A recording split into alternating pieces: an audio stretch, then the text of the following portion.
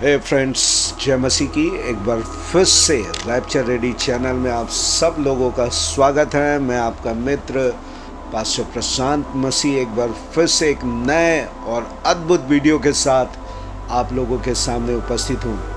आज हम बात करेंगे एक बड़े ही भेद की बातों के लिए, जिसको सुलझाने के लिए अनेक वर्षों से लोग लगे हुए हैं। मैं कह रहा हूँ अंतिम तुरही के बारे में।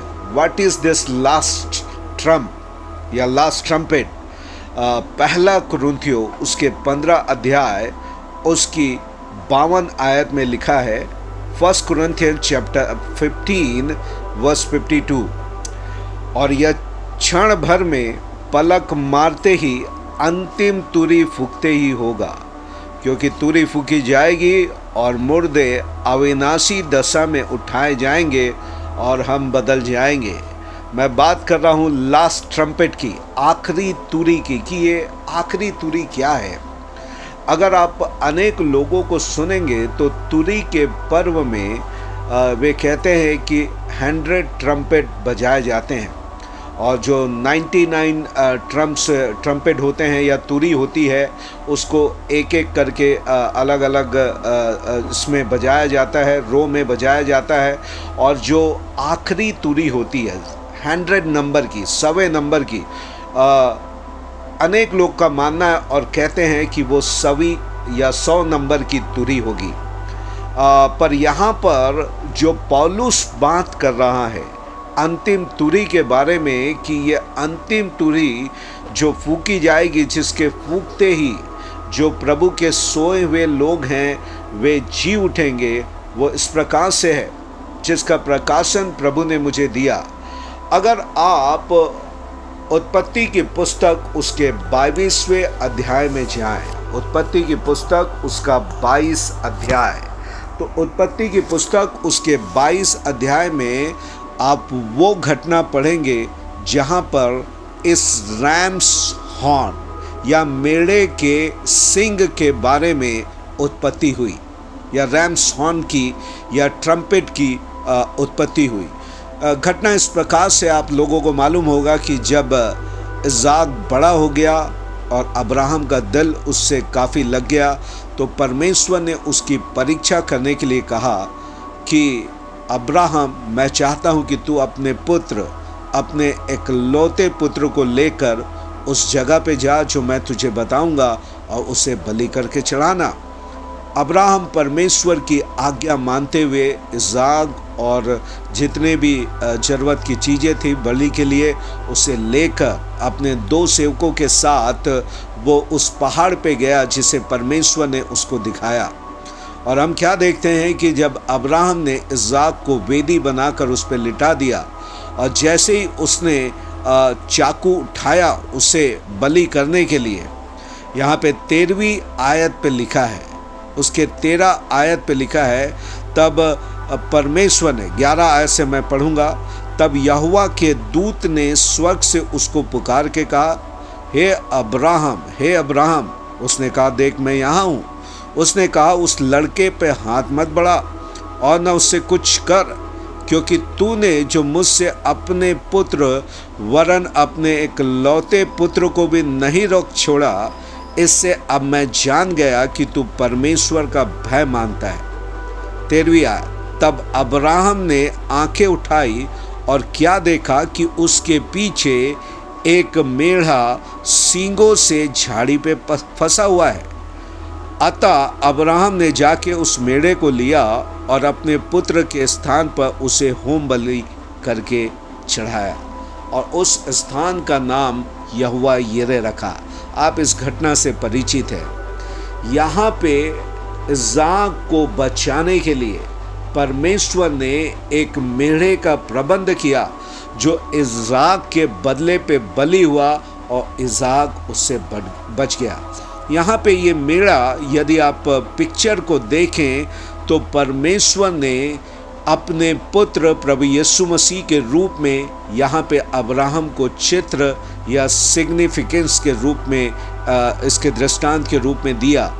और यदि आप यूहन्ना रचित सुसमाचार को पढ़ेंगे, जब यीशु मसीह कहते हैं कि तुम्हारा पिता अब्राहम भी मेरे दिन को देखने की लालसा करता था और उसने उसे दूर से देखकर जान लिया। यीशु मसीह कह रहे हैं इसी दिन के बारे में, मोरिया पहाड़ पर उसने प्रभु यीशु मसीह की कुर्बानी को देखा। परमेश्वर ने भविष्य के लिए उसकी आंखों को खोला कि वो प्रभु यीशु मसीह को मानव जाति के बलिदान के लिए देख लिया। और जब ये मेमना या मेढ़ा बलिदान हुआ तो जो उसके 2 सींग थे, उस सींग को हम तुरी या ट्रम्पेट के रूप में देखते हैं, जो ये अंतिम तुरी की बात हो रही है। तो पहली तुरी परमेश्वर ने बचाया। एक और आयत को अगर आप देखें, निर्गमन की पुस्तक उसका 19वां अध्याय। अब यहाँ पे हम देखते हैं ये जो मेढ़ा मारा गया जिसका प्रबंध परमेश्वर ने किया था, तो जब वो मारा गया तो उसके 2 सींग थे। तो 2 सींग यहाँ पे हमको दिखाते हैं कि गॉड प्रोवाइडेड द लैम्ब, परमेश्वर ने इस रैम्स को प्रोवाइड किया। और उसके 2 सींग यहाँ पर अगर आप देखें तो परमेश्वर की तुरी के रूप में, first and the last, first and the last.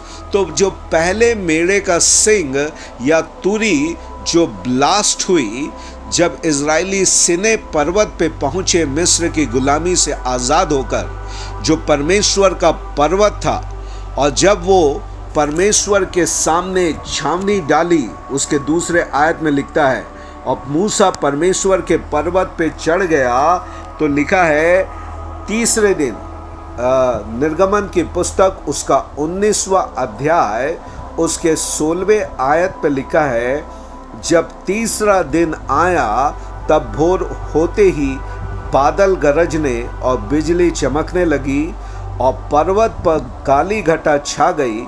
फिर नरसिंगे का सा भारी शब्द हुआ, और ये कोई मनुष्य नहीं बजा रहा है। Trumpet sound, the trumpet sound had been heard. एक बड़ी तुरी की आवाज या नरसिंगे का भारी शब्द हुआ। It was the very first time, पहली बार तुरी की आवाज को सुनाई देने के बारे में हम 19वें अध्याय पे पढ़ते हैं। और घटना क्या हुई, यहाँ पर इज़राइल परमेश्वर के लोगों के रूप में चुने गए। और हम देखते हैं कि ये पहली तुरी इज़राइलियों के चुने जाने के लिए, परमेश्वर के लिए ग्रहण करे जाने के लिए यहाँ पे बजाई गई।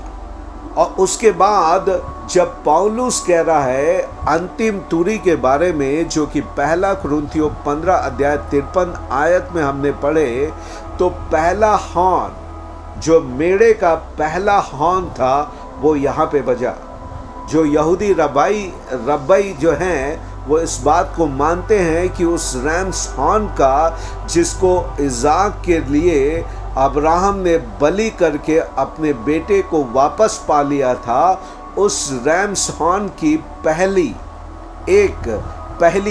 उसके एक साइड की पहली हॉर्न यहाँ पे ब्लास्ट हुई।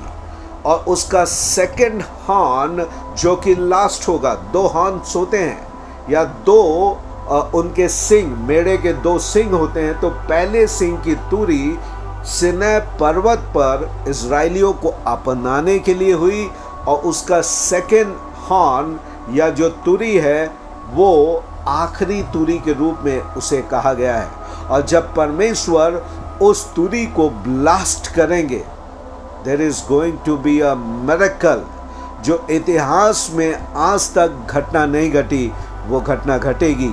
जितने उस तुरी की आवाज को सुनेंगे, वे जो प्रभु में सो गए हैं, मुर्दों में से जी उठेंगे, और उसके बाद वे दोबारा नहीं मरने के। उस तुरी की आवाज के बाद जो प्रभु के लोग जीवित हैं, वे बदल जाएंगे। इस नासमान और देह का परिवर्तन होगा, और ये नासमान देह एक अविनाशी देह को पहन लेगी, और ये इस अंतिम तुरी का का भेद है। ये अंतिम तुरी 100वें नंबर की 100 नंबर की तुरी नहीं है। ये अंतिम तुरी वो मेढ़े की पहली तुरी जो निर्गमन 19 में फूकी गई परमेश्वर के द्वारा, और दूसरी बार ये रैप्चर के समय लोगों के पुनरुत्थान के बाद जब रैप्चर होगा तब ये तुरी फूकी जाएगी, जिसका विवरण हम 1 कुरिन्थियों 15 अध्याय उसकी 53 आयत और 1 थिस्सलुनीयों उसके 4 अध्याय उसकी 13 आयत से आगे हम पढ़ते हैं। मेरा विश्वास है एक अद्भुत भेद की बातों को आज आपने सुना है। निवेदन है अपने मित्रों, अपने कलीसिया के लोगों के साथ इसको शेयर करें, क्योंकि अब ये अंतिम तुरी फूके जाने का समय आ चुका है कि आप अपने आप को तैयार करें कि जब ये तुरी फूकी जाए तो आप अपनी फ्लाइट को मिस ना करें और बादलों में प्रभु यीशु मसीह के साथ उठा लिए जाएं। प्रभु इस वीडियो के द्वारा, इस संदेश के द्वारा आप सब लोगों को आशीष दे। God bless you all.